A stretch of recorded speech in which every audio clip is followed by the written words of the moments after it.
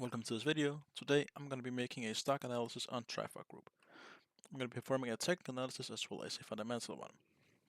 Now, for those of you who don't know Trifork Group, it is a Danish company which is quite large, and it is a software and IT consultant company.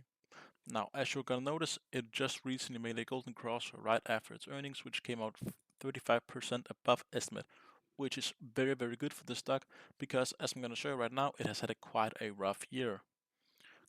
If I make it larger here, as you can see, since early 2024, it was all the way up in 150. Now it's trading at 83 Danish crowns.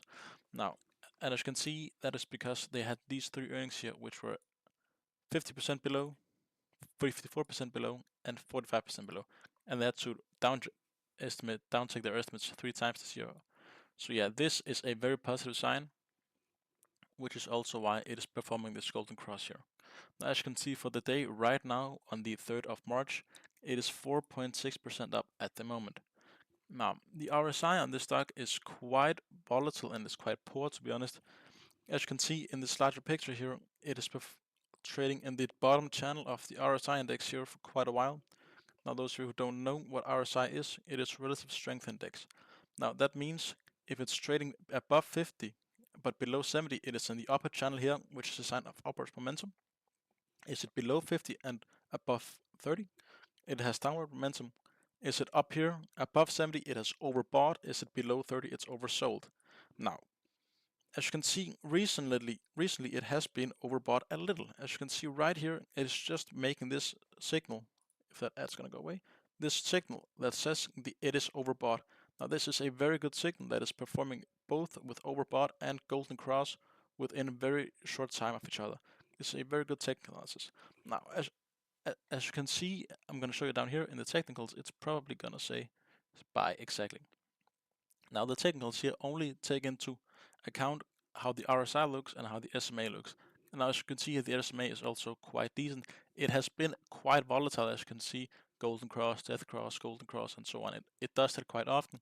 So I would be a bit wary as it has just performed this after the earnings, because of course, as you can see, it has a tendency to make a go death cross right after or within a very short amount of time. So I would wait until it flattens out a bit. Now, some support levels for this stock would be at around 80 here, as you can see. It has over several times, let me just make this more obvious to see, make it white like so. As you can see here, it has several times traded just around that 80 DKK mark. It is at that now, so it could break through. Now, another breakthrough point is up here, as you can see. It is right here at 87. Now it's at 83, so it could rise above that. If it's going to increase a lot, where it has a bit more stable support point, it is gonna be right about here, right about 95, because as you can see, we have a bottom out here, but then again, it's traded a bit more sideways. So I like this support point quite a lot. If it can break through this support point here, let's make this one green. Now, if it can break through this support here and continue upwards, I think it's gonna be very, very interesting to see how well it's gonna perform. Also because I just learned today that they actually have a lot of subsidiaries which are quite large in the AI space and as well as the quantum computing space. Now, because they are software consultants, this means that of course they need to have a lot of know-how. So they know a lot of quantum computing stuff and a lot of AI stuff. So very, very interesting at the moment.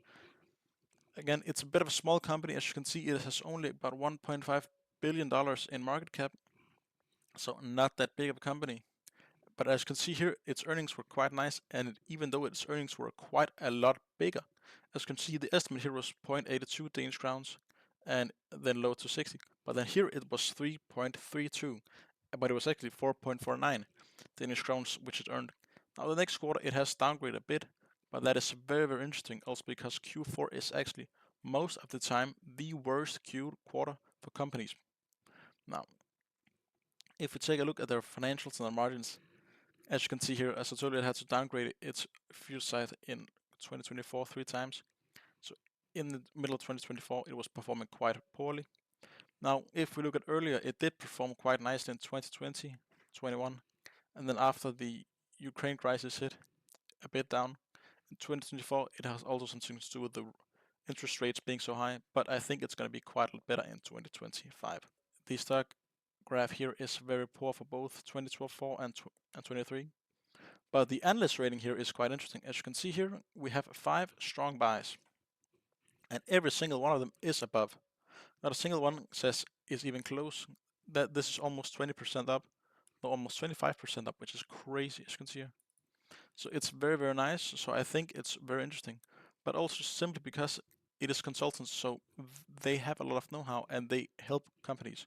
Now this is a Danish company, so it's been trading on the Copenhagen OMX C25, but has also helped with fintech and other interesting companies in that area. So both finance and automatic solutions in logistics in every single space you can imagine.